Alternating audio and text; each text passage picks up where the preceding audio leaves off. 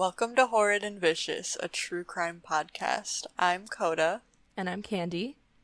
And this is episode 7, The Mangrove Monster, Daniel Camargo Barbosa.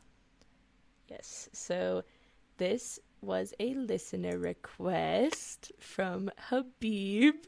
Thank you, Habib. Thank you, Habib. Yeah, this is the one. He put this in the suggestions thing, I want to say, like 2 weeks ago. But I just didn't want to do another case that was about pedophilia or like a child. I understand. And this case is, our trigger warnings include like murder, pedophilia, sexual assault, and stalking. And this week I'm actually bringing Horrid and Vicious, our first serial killer case. And it's also, I think, the oldest case that we've done so far. Yeah, he did say he looked for an old one. Yeah, he found something. I think that, like, it does kind of, a lot of it takes place in, like, the 80s and stuff, but this guy was born in 1930. So. That's a long time ago. That's almost 100 years ago. That's crazy. That's insane, actually. You're right. Yeah. Oh. Oh, my God. Okay, sorry. I think my great-grandma was born in, like, 1901 or something. Like, my great-grandma was born in 1919. Actually, it was probably closer to that. I want to say she was 99 when she died, and that was, like, I don't even remember, like, 2010 or 11. So I guess, but, I mean, we're past 100 years at that point. It's just crazy. It is crazy. But, I mean, there are people alive that were born in that year, so. 1930, That's true. Crazy. That's true. And I normally don't like to name episodes after, like, the killer, but there's a big reason that it is named after him. And for one, I wouldn't be able to fit all of his victims' names if I had them, but also I couldn't find almost any names, despite how many victims he's confirmed to have and how many more are suspected.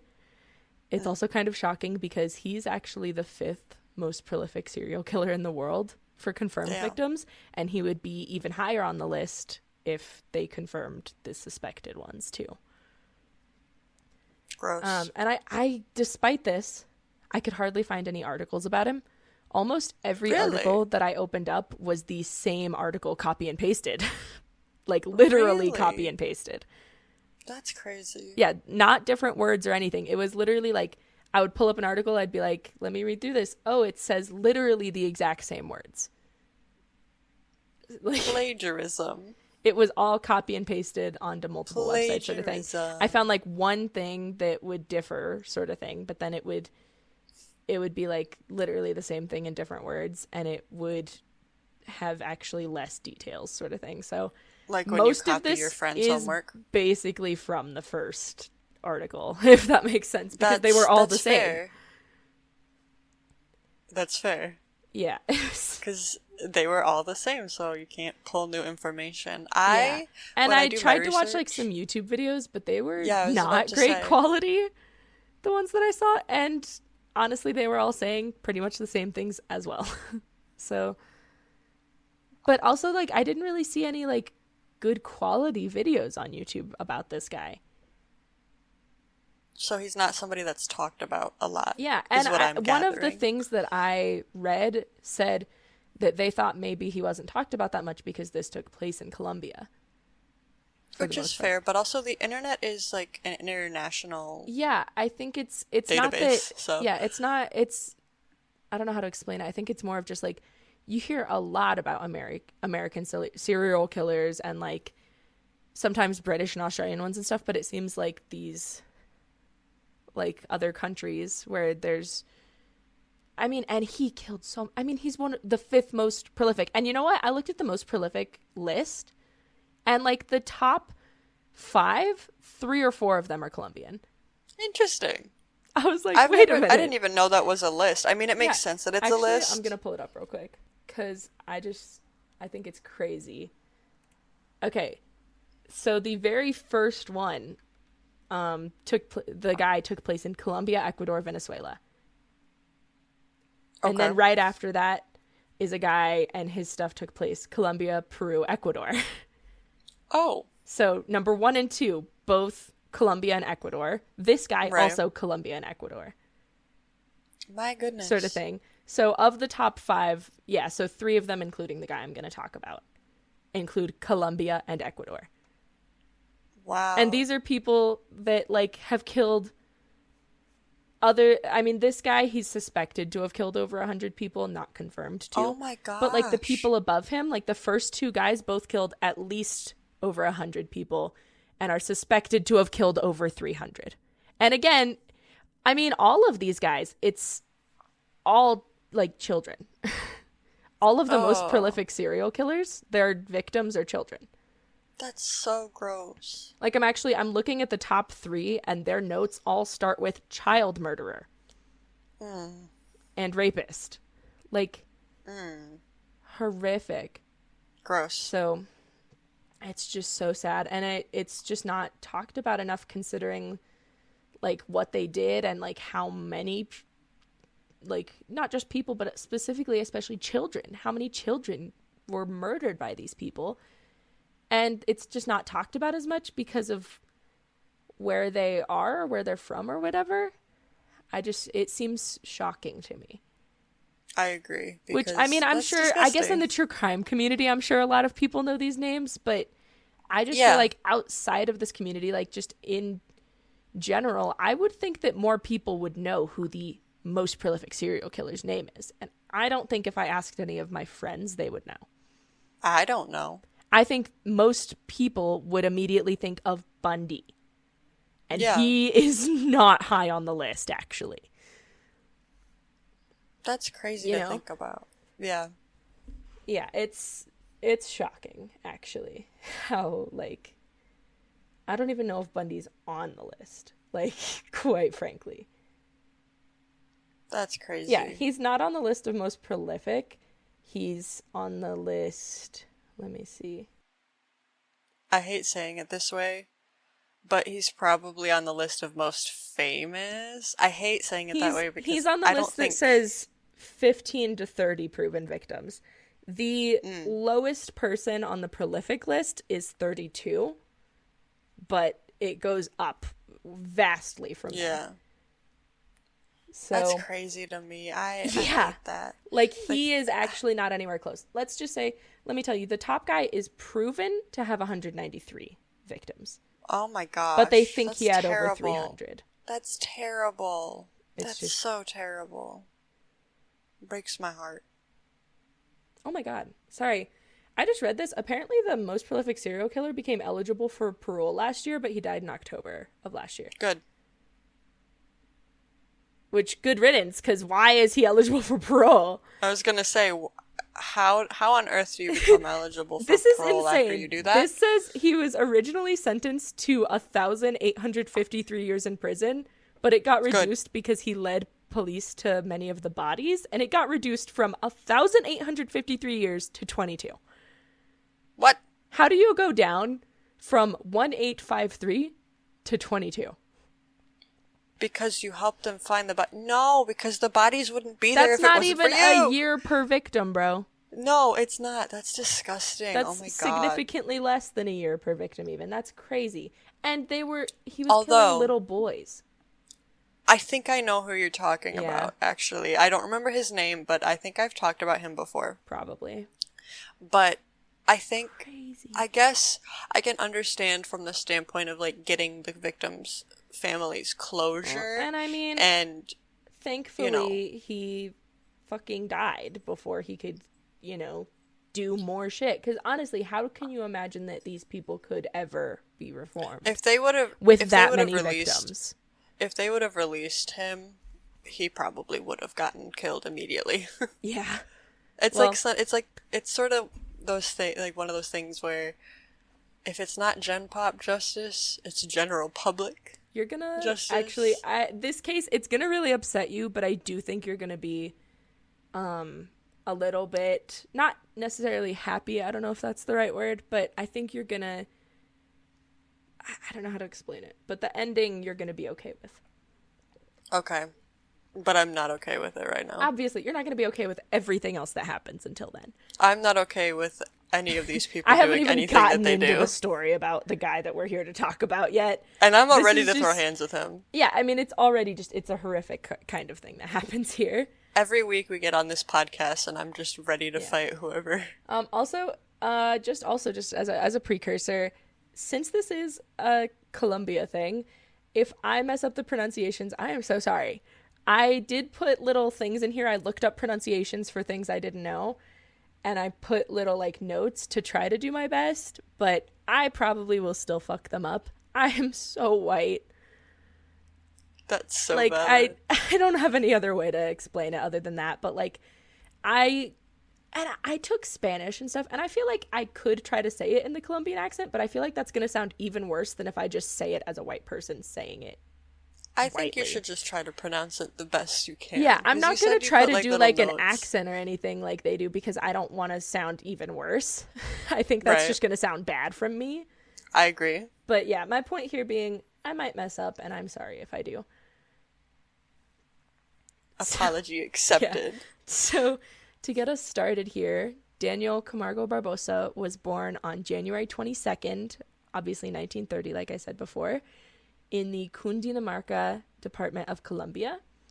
His mother, Teresa Barbosa, died when he was very young. It seemed like it was around 1 or 2. I couldn't tell, because I did see like the one article that was repeated a bunch of times, and then one other article that said 2.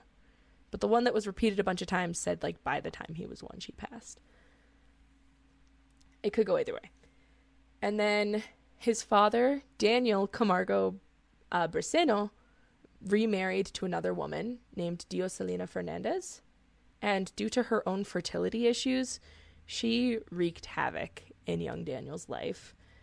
Dioselina wanted to have a daughter, so due to him being a boy, she ended up humiliating Daniel by forcing him to go to school dressed in girl clothing, which obviously led to him being bullied. Why do people do that? I hate it. Also, I did see one thing that said he might have had an older sister, so she did get like a stepdaughter. She just was mad that she couldn't have her own daughter. And she took it out on him. And took it out on him for being a boy. I don't understand why people do that. I really don't get it. Like, she also might have like physically abused him, but there was like mentions that she could have physically abused him, but they didn't really explain. Other than for that, the time period. Yeah, I mean, physical abuse was different back then. It was defined very differently. So I think a lot of discipline back then probably would be constituted as physical abuse today. I don't think the article meant our kind of physical abuse, though. I think they meant their kind from back then. Yeah, honestly, probably. That doesn't. I mean, but that's what I'm saying. It doesn't mean that like traumatic things didn't happen in his childhood at the hands of her. Yeah, absolutely. Even with that going on, he showed that he was really intelligent in school, and he was later attributed, when they kind of looked back at it, he was attributed to have had an IQ of 116. So, like, not bad, you know? Yeah. But his family kind of forced him to drop out of school to help them earn money. So even though he was doing pretty good, despite everything happening in his life, he was doing okay in school, they kind of were like, no, get out of there, help us earn money. And I saw something saying that his father might have, like, told him he wasn't smart or something, which he wasn't dumb. So it was just not fair. He ended up growing to resent his family, and especially women, after the treatment from his stepmother. But how he would deal with this as he went into adult life led to him becoming known as the Mangrove Monster and also the Sadist of El Charquito. So, as everyone in the true crime community says, we can feel bad for the kid, not for the adult. Yep. His first arrest happened in 1958 in Bogota for petty theft. I couldn't really find any details on this. Someone in one of the not main articles said that it might have been like to provide for his family, because he did actually end up having like some children with a woman at one point. But the years are kind of muddy on that. I didn't see much for the timeline here. So it's a little weird. So at some point in his like early young adult life. He had 2 children with a woman named Alcira, who he had basically a common law marriage with. But despite his relationship with her, he met a woman named Esperanza. The years, again, a little bit muddy, but it seems like he met her in 1962 and that she was 28 years old. And they fell in love. I put that in quotation marks, though. Oh. They fell in love very quickly. And he wanted to marry her, but then he found out that she wasn't a virgin. And he, for some reason, was obsessed with the concept of virginity. A lot of men tend Despite to the be. fact that he had 2 children with somebody else, so... A lot of men tend to so do fucking that. Stupid. It is so stupid. For some reason, unknown reason, also I don't have Esperanza's last name, but for some unknown reason, Esperanza decided she wanted to be with him so bad. Badly enough that she would help him with his obsession. And they ended up making a pact that he would stay with her as long as she helped him find and abduct virgin girls to be his victims. No. Yeah, so No. she was an active participant in his crimes. Disgusting. And she would lure young girls to an apartment and drug them so that he could then rape them. Horrible. Disgusting. Terrible. Yeah, Gross. and after the assault, they were letting the girls go. But the 5th girl that they did this to reported what happened to her, which led to the arrest of both Esperanza and Daniel. I was not able to find any information on what happened to Esperanza. Maybe if somebody would give me her last name, I could figure it out. But her last name wasn't in any of the stuff I read. They just talk about him, even though she was a part of it. And she should be talked about because she literally was a part of it. She does deserve to get in trouble for this shit, too. I hope that... I mean, it said that they went to different prisons, but So they didn't maybe really she's still say there. what happened to her other than that. I mean, here's the thing. She's probably not still there because Daniel, who did the actual raping, was convicted of sexual assault, 1964. And the original judge on his case sentenced him to only 3 years. But another judge was then given precedence and lengthened it to 8 years, which still is not enough. Still is not enough, but it's better than 3 years. Some stuff did say that when he originally got the 3 years, he was like, thank you, I'm going to change my ways. And then the new judge gave him the 8 years, and he was like, I fucking hate you. Like, he was so mad about it getting lengthened. People do that, though. Like, that guy that tackled the judge over his sentencing. Yeah. Like, bruh, if you get mad at the judge, they can charge you with contempt, which means they can pretty much charge you with whatever they want. They can add length onto your sentence. They can make you write essays. They can make you do a lot of things. So when you're being sentenced for a crime that you did, you might want to not be violent or aggressive or mean to the judge because you could get more time, which you should. I don't know that anything else happened. It just said basically after that he served his full sentence before he got released. And then... Well, I don't think he should have been released. Yeah, well, he was released, and something said he might have been in Brazil after getting released for some reason, but then that he got deported from Brazil, so he might have had victims in Brazil, but he got deported because he was undocumented, is what something said. I also could not really confirm that. Again, I did not have much to go on here. That's okay. We're making it work. Yeah. So in 1973, he was living under a false identity in Barranquilla, Colombia, and he was known to be like a street vendor for TV monitors. Interesting. Yeah, I don't know. He was still doing this job in 1974 when he was passing by a school and he saw a 9-year-old girl and he was like, I'm gonna get up to my old shit. No. So this time he didn't want his victim to be able to report it like the one who had got him caught in the first place. So he strangled her. No. Mm-hmm. That's disgusting. And it is believed there were other victims before her, but this is the one that he got caught for. And he got caught because he returned to the scene where he left her body because he left some of his merchandise, like his monitors, near her. So that was dumb. He's so stupid. He's literally so stupid. But here's the problem: is he's like stupid, but he's also kind of smart. And I'll tell you in a minute. But yeah, like I said, it's believed he had other victims in Colombia, but this was the like proven one that got him sent to prison for 25 years this time. Good. And the prison was located on Gorgona Island, and it's sometimes known as the Colombian Alcatraz. Mm-hmm. Which you would expect it to then be, you know, like Alcatraz, like supposed to be this like impenetrable fortress, like you can't get in or out sort of thing. But despite that, he was able to escape in 1984. No. Because he spent time like studying the ocean currents, and he used like a primitive boat. Nobody would tell me how the hell he made or got a boat. I have no idea how the fuck he got a boat. How the fuck do you make a boat in prison? I know. How do you study ocean currents in prison? The only thing I could think about was that episode of the Boiling Rock from Avatar. Honestly. I was like, that's all that was running through my head. I was like, that is all I can think about is like how they fashioned this boat out of this thing. Like, I don't know. I don't know how the fuck he made a boat.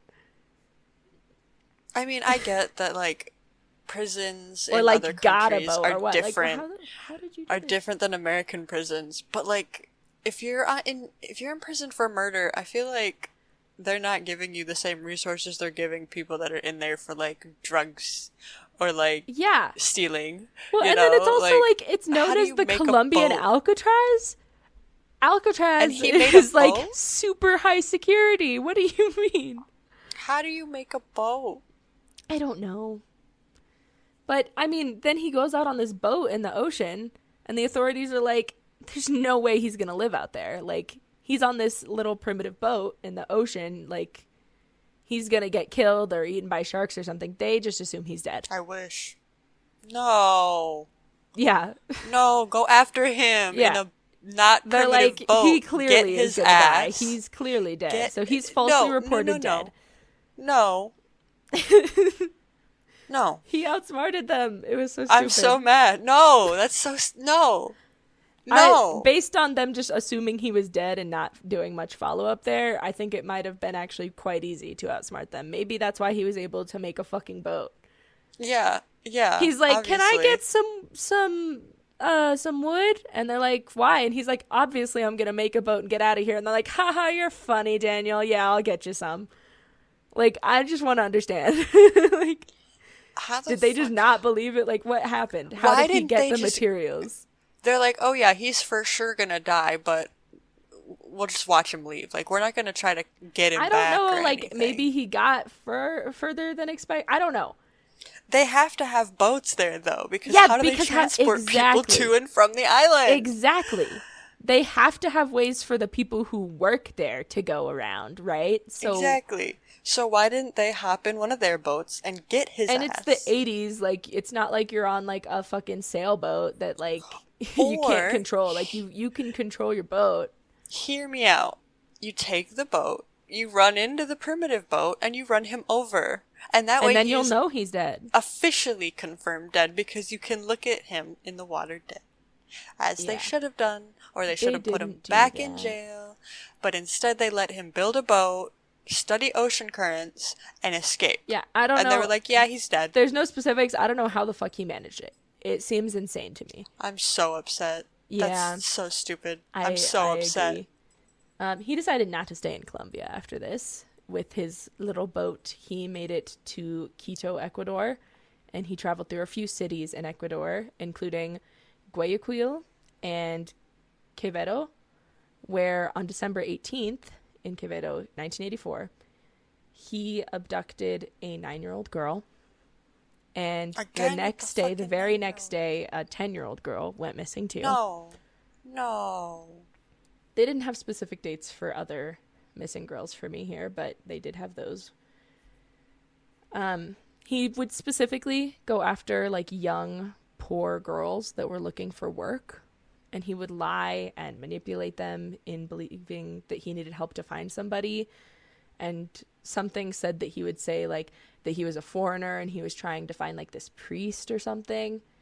And basically he would convince them that he was going to give them a reward for helping him. and then he would lead them to like a secluded area in the forest, and he would say he was like, oh, I think I can find a shortcut over here. And they did say if the girls like got suspicious and wanted to turn around, he didn't stop them because like that would have caused a commotion. But unfortunately, too many girls like just took him for his word there, or were too desperate for money. Too trusting. I hate that. That's so disgusting. So he would take them into the forest. He would commit the rape and the murder, usually strangling, but sometimes going as far as to stab his victims, especially if they like were resisting. I hate at that point. That's so. And then he would leave their bodies in the woods where animals would scavenge them. So it would kind of make it harder for police too that way. That's so nasty. Mm-hmm. And he kind of had a 2-year spree yet again. Between 1984 and 1986, he assaulted and killed at least 54 girls. Jesus Christ. Mm-hmm. That's so many. Yeah, and the more that he did it, the worse he was escalating. So he began to like mutilate his victims' bodies and like take pieces of them, sometimes their hearts, as like trophies. Ew. Something said that he would take the hearts because he called it the love organ. Ew. Mm-hmm. Gross. Terrible, disgusting man. Yeah. And he finally got caught when some policemen saw him like acting strange and suspicious. So they approached him and they asked to check his bag, where they found the bloody clothes of his latest victim, Elizabeth Telpes, which is the, like, I think I found one other name, but that was like the first time I had seen a victim's name in this whole thing. Probably because they're all kids. Yeah. And he had killed her only minutes before the police officers saw him, which is why he was acting erratically. And also in his bag, other than her bloody clothes, he had her severed clitoris. Ew. And a copy of the book Crime and Punishment. Disgusting. Which He's so disgusting. How much of a freak he He's is. so disgusting for that. Oh my god. Yeah, and he tried to avoid punishment, so he gave the police a fake name. He said his name was Manuel Bulgarin Solis, but a victim that had managed to escape after being raped, named Maria Alexandra Velez, came forward and identified him, thankfully. Good. And then while he was in custody, he actually pretty quickly confessed to his crimes. And he told the authorities he had killed 72 girls in Ecuador since getting out of the Gorgona Island prison.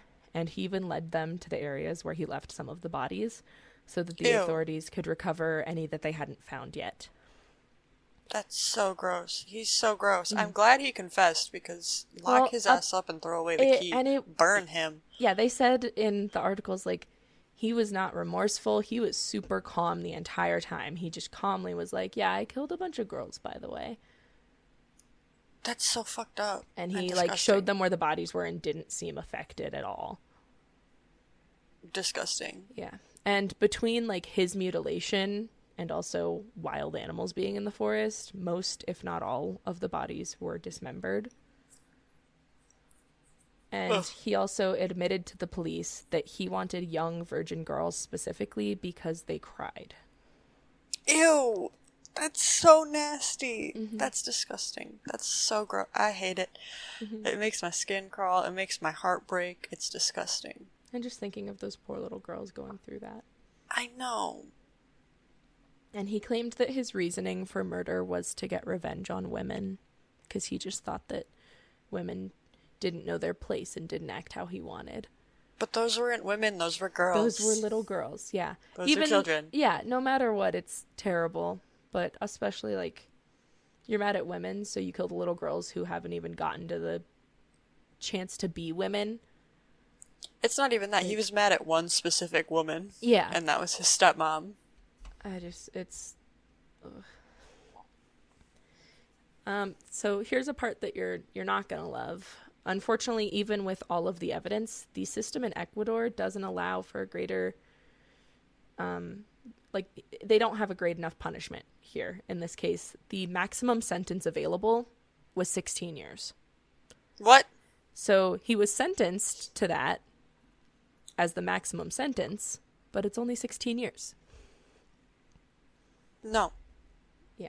And then at the time of his imprisonment, he actually was in the same prison as Pedro Alonso Lopez, which is the second most prolific serial killer in the world, who, like I said, that was the second guy who's proven to have murdered 110 girls, but is believed to have murdered over 300. Disgusting. So both of these, like, super prolific serial killers were in the same prison at the same time. So, for the same reason. So why do they not have a greater sentence than 16 years if he's already there? I don't know. You'd think after that they'd be like, listen, we gotta improve our sentencing because this guy needs to be there forever. Yeah. Well, at the very least, he doesn't get to get out of prison again because on November 13th, 1994, Daniel met another inmate named Giovanni Noguera, who happened to be the nephew of one of his victims. So Giovanni took the opportunity to stab 64-year-old Daniel Camargo Barbosa to death, finally putting a definitive end to his reign of terror. Good. So he got that prison justice. Gen Pop justice. But it's messed up that, like, your maximum sentence was 16 years for somebody who killed at least 70 plus women, or not women, girls, little girls. Babies. Like, it's just shocking. It is, and I'll disgusting. send you some pictures of Daniel as well.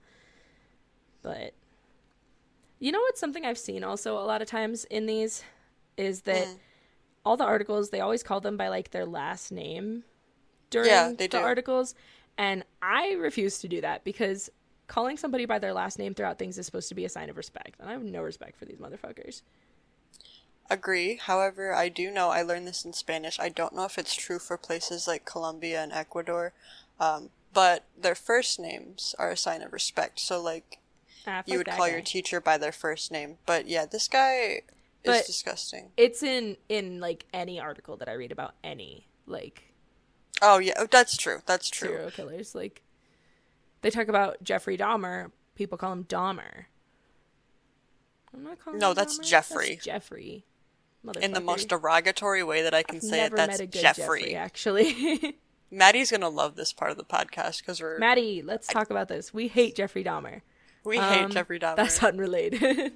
It's completely unrelated. I also hate this guy, and I'm looking at these pictures of him, and I know I say this every time I'm about to roast somebody for how they look.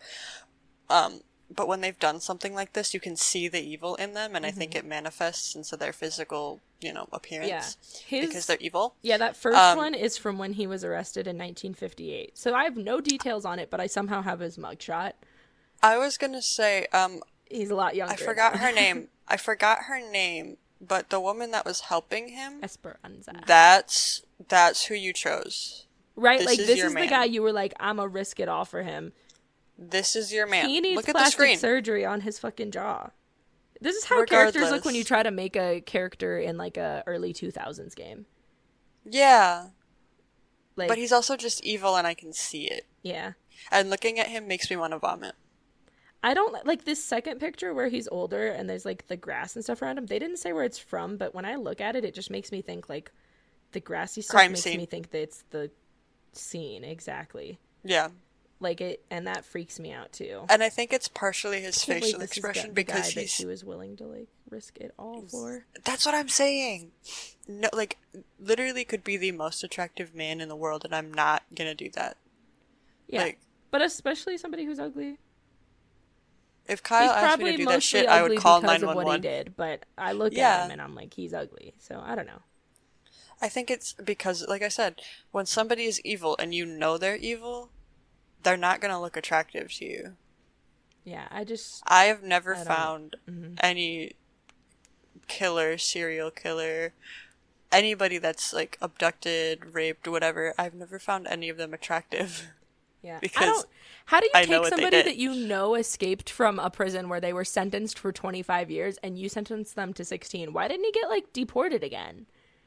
They should have He should have been deported him. They deported. should have sent his ass right back to where he came. Yeah, he should have been deported, and he should have faced a heavier sentence because he should have gone he back not to the only prison killed he girls, but escaped he from. also escaped from a prison. So They should have sent gotten him back to that worst. prison to finish out his sentence, and then they should have sent him back so he could do his 16 years, because then he would have spent a lot more time in prison.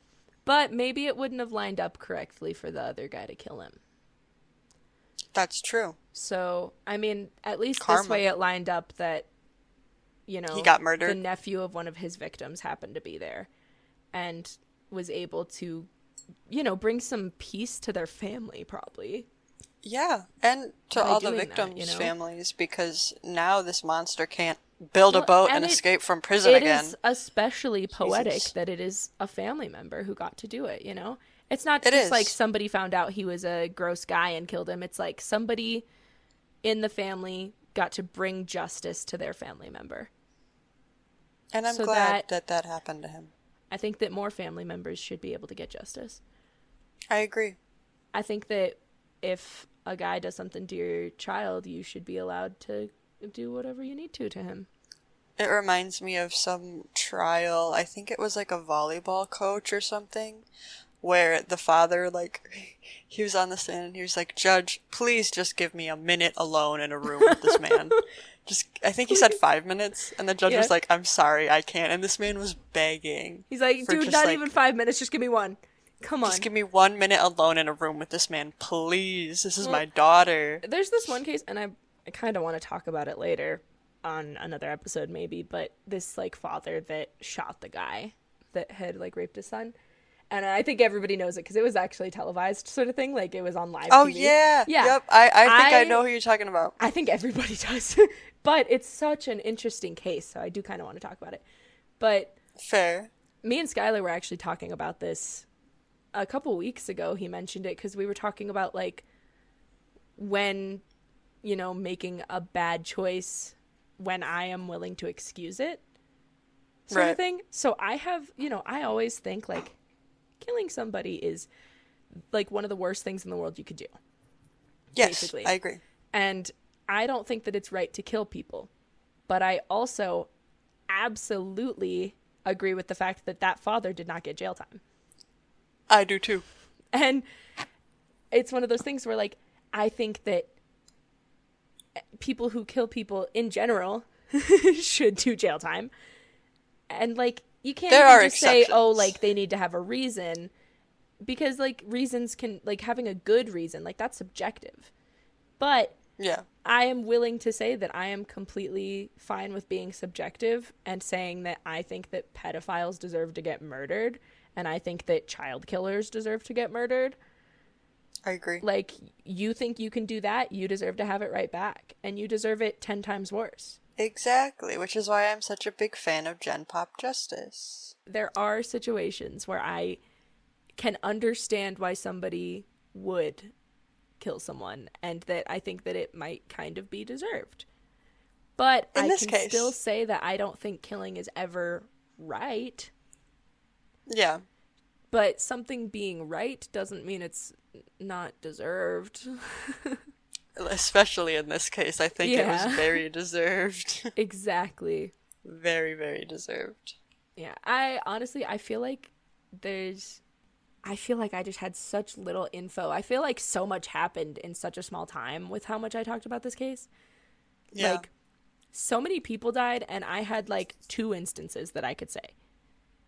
Yeah, and it's like, crazy. Yeah, they think that over 100 girls were murdered. Over 180 or something, I think was the number, is what they think, like, the suspected ones. But they only proved, like, 70-some. And they probably would have tried to question him further after.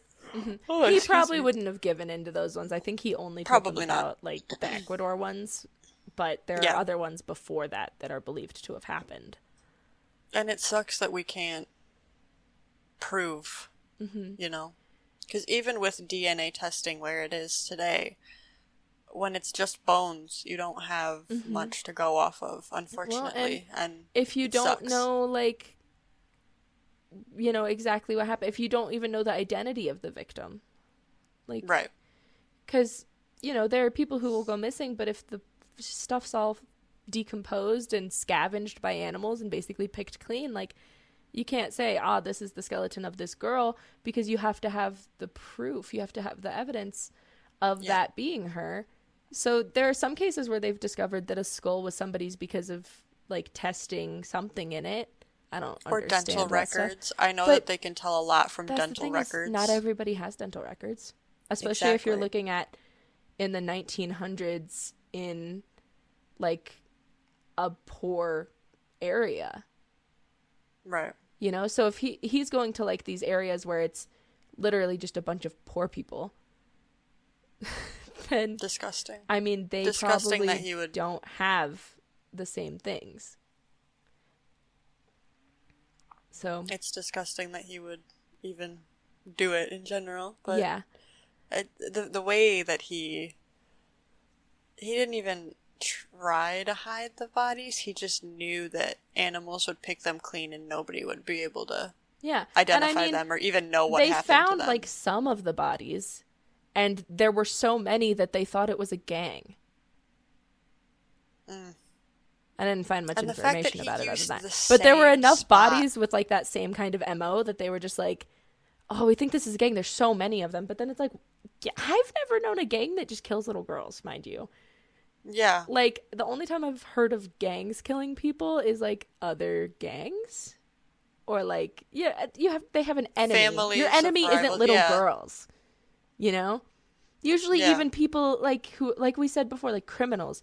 Even people who are criminals have, like, this sense of justice towards kids. Gang members, in my experience, have, like, still a moral compass when it comes to children most of the time. Not always. And they have more of the time. Enemy or goal, and that usually is not their local Girl Scout faction of little girls. And I don't think that gangs are known for, like, just raping and murdering little girls. Like, they're not. I think this guy is. I think that is like a stigma almost, or a stereotype almost, because, like, it's not to say that gangs are necessarily a good thing here. I don't think that they make much sense to me. But I don't really know enough about them. Violence on this podcast. I don't condone violence. We don't condone violence. I mean, it depends. For me, it depends on the violence. You know what I mean, and it depends on who the violence is being perpetrated against. But generally, I do not condone violence. But I have never seen a gang member kill a bunch of little girls and leave them in the woods. And, like, whatever they're doing it so low key that I don't see them. Yeah. That's all I'm saying. Like, and another thing, I just don't think that they want their shit all out in the open, so they're not doing it that way. Because I've never seen them. The police found that little girl's clothes in his bag, which means he probably took their clothes, so that there wouldn't be anything left behind. Because then the animals just to identify them. Yeah.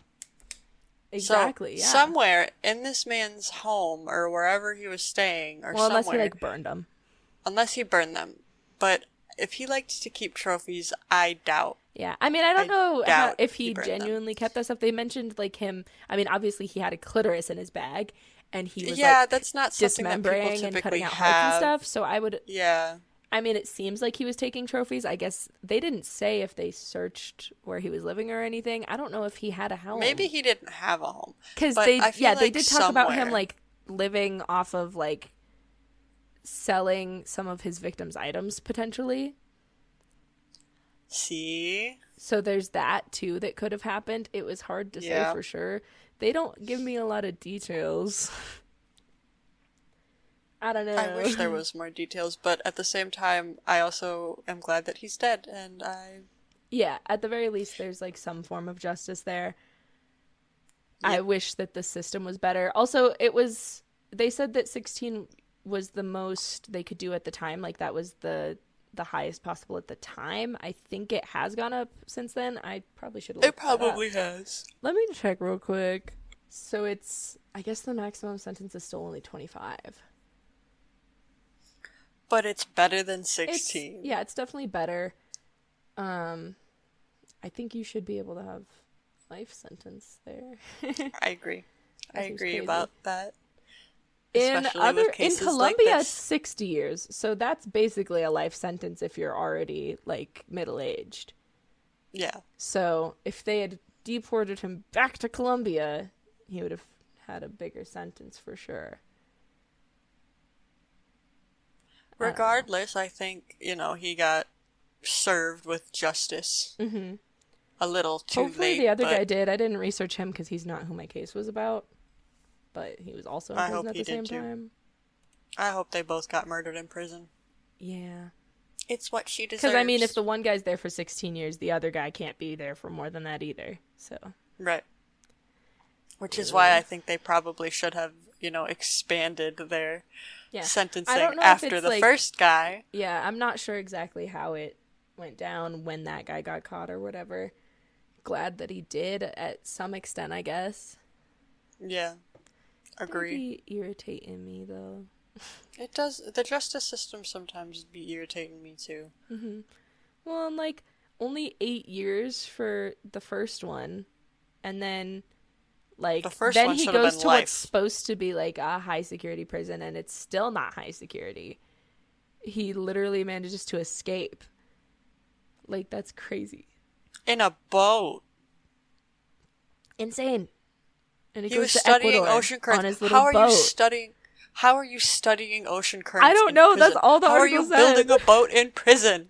You're also, supposed to be in prison. I thought the ocean was just like changing all the time. I didn't think you could study it for weeks and figure it out. Well, like, you can, but still, you're not supposed to be able to do that in prison. Yeah, I didn't think to that extent, like to be able to like. How did he know where he was gonna go? What the ocean currents were gonna be like? Wouldn't he only know what it's like where he can see them? That's true. Also, he should have died at sea. He should have died at sea. That would have saved like 70 girls. Yeah. Or they could have gone after his ass in that tiny little rickety boat that he made and brought him back to prison. Literally. Instead of just going, oh, he's gonna die. We'll just let him go. Like, no. That's not how that works. I don't go get either. Him. And he just, because of the failures on the like authorities' parts in several different countries, he was able to get away with it for as long as he did, you know? Way too long. Should have just locked him up the first time and thrown away the key. It's insane because he manages to do it throughout, you know. Let me see throughout the 60s up until like into the 80s. So for like that's 20 years he was raping girls, and for the last 10 of it he was murdering them too. And more than 10 of it, sorry. For the last like 12 years of it he was murdering them. So nasty. And too many, disgusting. Wow. What? Like he was doing that a lot, like often. Yeah. Just could not fucking be satisfied. Disgusting. So gross. That's just I hate him. Yeah, I hate him too. I hate him. I'm glad he died. I hate him. Yeah, I agree with you. That's all the info I got. So, unless you have more to add here. I don't really have more to... I mean, I do have something about last week's case. I did misread something. When I said that the authorities said that she looked older because of her plastic surgery, that didn't happen. So she told the plastic surgeon that she was starting to look old, and that's why she got the plastic surgery. But she does look older after plastic surgery. She does look older after the plastic surgery. She does look older. That's so funny. It's really funny to me. They botched her shit. Good thing she went to some shit-ass plastic surgeon. Made her uglier than she would have been anyways. You would have been ugly anyway. Good thing she responded to the fucking Facebook ad for a yoga instructor. It pisses me off because, like, you could have just not done that. Like, why? Well, they knew she was there. I mean, all of it. She could have just not committed murder. She could have just not. Yeah, she could have just moved on with her life. Literally, like, what is with women in these cases and being, like, so obsessed into a guy that they're fine with, like, crime. Throwing away their life. Yeah. I don't Like- understand it either. Like, listen, I love Kyle to death, but I'm I not love gonna my be helping him boyfriend. commit murder. I'm not. Well, if it came down to like I had to kill somebody for him, that would mean like we had an intruder in our house Yeah. or something. Like it wouldn't just But be I'm me not being like, you're planning talking to out- some other girl. I have to I'm kill gonna her. kill her. Yeah, Like, no. if he's talking to somebody else and flirting with them, I'm killing him. I mentioned that in the last episode. Yeah. Like, I mean, I'm not killing anybody. Don't take me wrong here. Like I said, bad thing to do. Over dramatic to do. But is like, what I'm I'm not doing. taking Like, it. If I was going to kill somebody, it would be the person cheating on me, not the person that he's cheating with. Yeah. So I'm not going And to, also- and he's not going to cheat on me because he's a simp and I'm the light of his life. And the love my majority boyfriend. of these men, every time I see them, I'm like, I don't get it. Like, I genuinely don't get it. Right. The guys in these But- stories are just not it. I don't understand. Dude could be like, literally like Jesus himself, and I'd be like, no, I'm not gonna fucking help you with that. I'm sorry. Find somebody else. Goodbye. Literally. And like, no No offense thanks. to like John from the Sherry case or Colin No, yeah, from no. the last case. No offense, but like, that's Not crazy. worth murder. That Yeah, they would not worth murder murder. for you. Looking at your photos, it just seems kind of crazy to me that somebody would murder for you. Honestly, I think they I probably could get it were if like, you were Chris they said the Hemsworth a same little thing. bit. I might understand. I still still don't don't think get it. it's right, but I could I if still it was don't like get it. somebody like that's considered to be conventionally attractive. But these aren't even like conventionally attractive men. They're just guys. They're just, and like, there's nothing guys. wrong with being guys. Nothing wrong with it. Guys Nothing wrong being with it. dudes. My boyfriend's just a guy being a guy, and I love Yeah. him for it. And I look at him and I'm Same. like, I'm in love with this guy. Like, I am also in love with the guy that I have in Right? bed right now. He finally turned the fan off.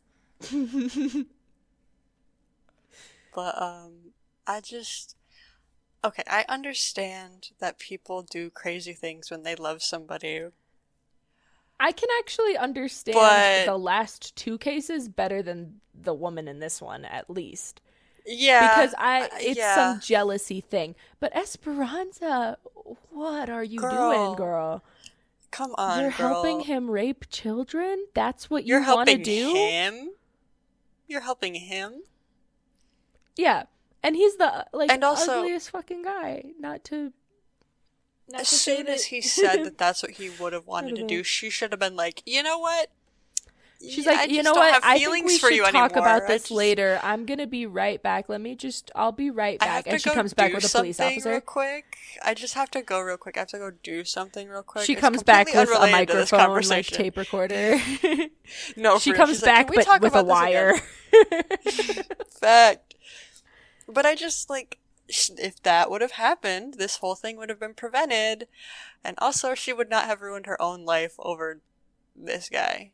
Yeah. Because obviously, a grown woman never would have been enough for him. Mm-hmm.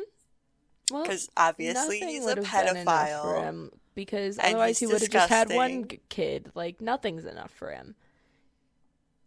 It's Usually, just with gross. these types, nothing's ever enough with them. And it's gross and nasty. And we hate them. Literally. I hate it. I don't condone violence, but I do condone violence about people like this. Yeah, it horrifies me every time that it like hits me that this is like real. Yeah. You know, because like you're telling the story or whatever, and you're reading the stories, but like it's not just a story. This is real life. This happens to real. people, and it's And just so sometimes- scary to think about that. It is, and sometimes it can be hard to wrap your head around the fact that, like, this actually happened. Like, that picture of him sitting in the grass, it's... He's looking away, so, like, our first thought is he's sitting at the scene of the crime, which is something that slaps you in the face with the reality. Same with the mugshot, because, like, obviously this is, like, him getting arrested for doing something Mm-hmm. That one heinous and is just for the disgusting to a theft, child. so it's not even the Oh. bad one. That was for the 1958 For the theft. theft. Okay, well, regardless, it's still a mugshot of this man getting arrested for doing a crime, and then you see him, obviously older, sitting in a field that is probably the scene of where he destroyed a little girl. Mm-hmm.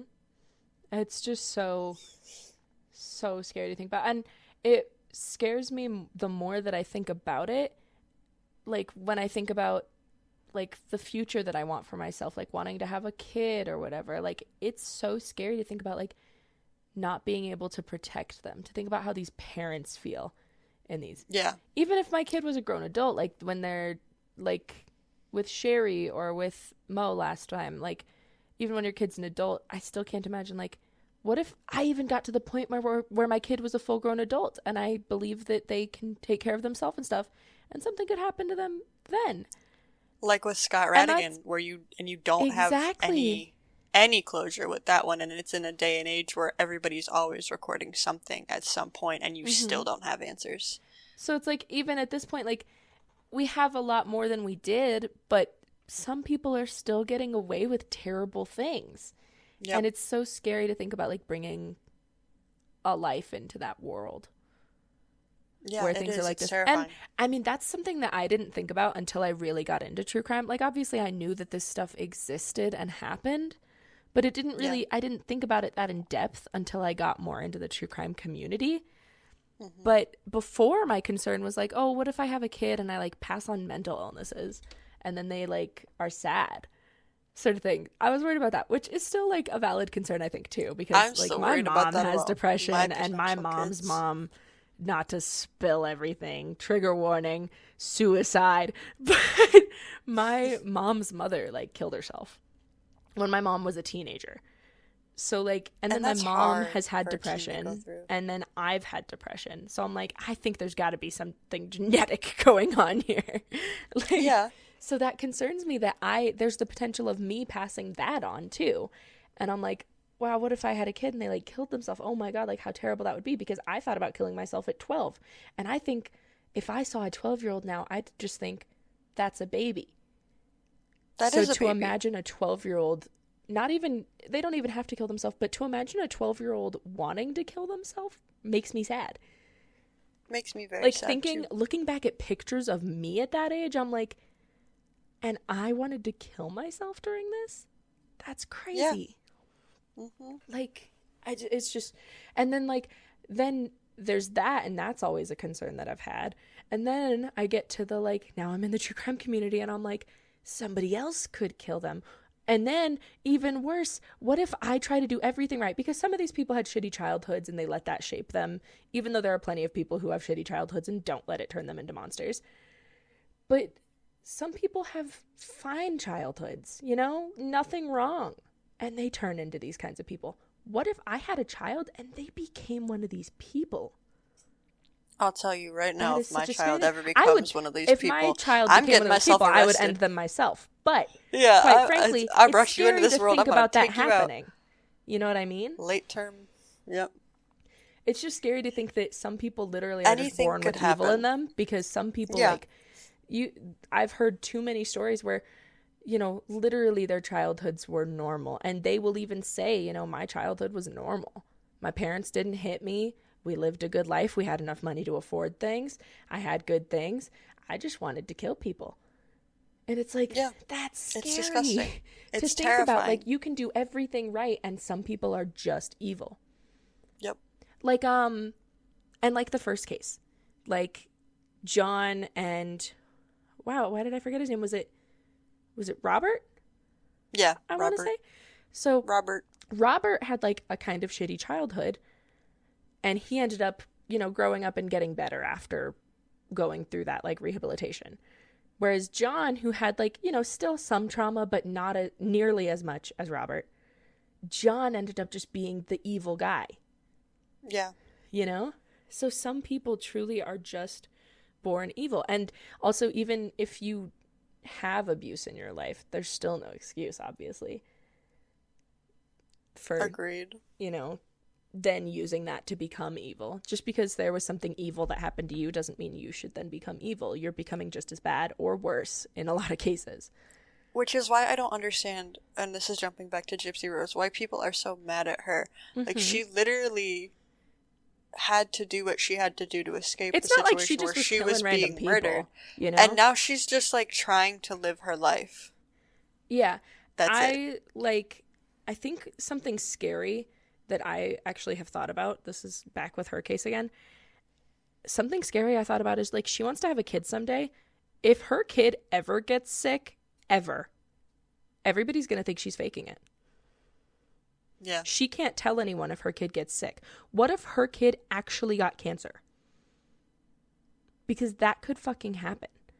And could you imagine how terrible Gypsy would be treated if her kid got cancer? Because nobody would believe it.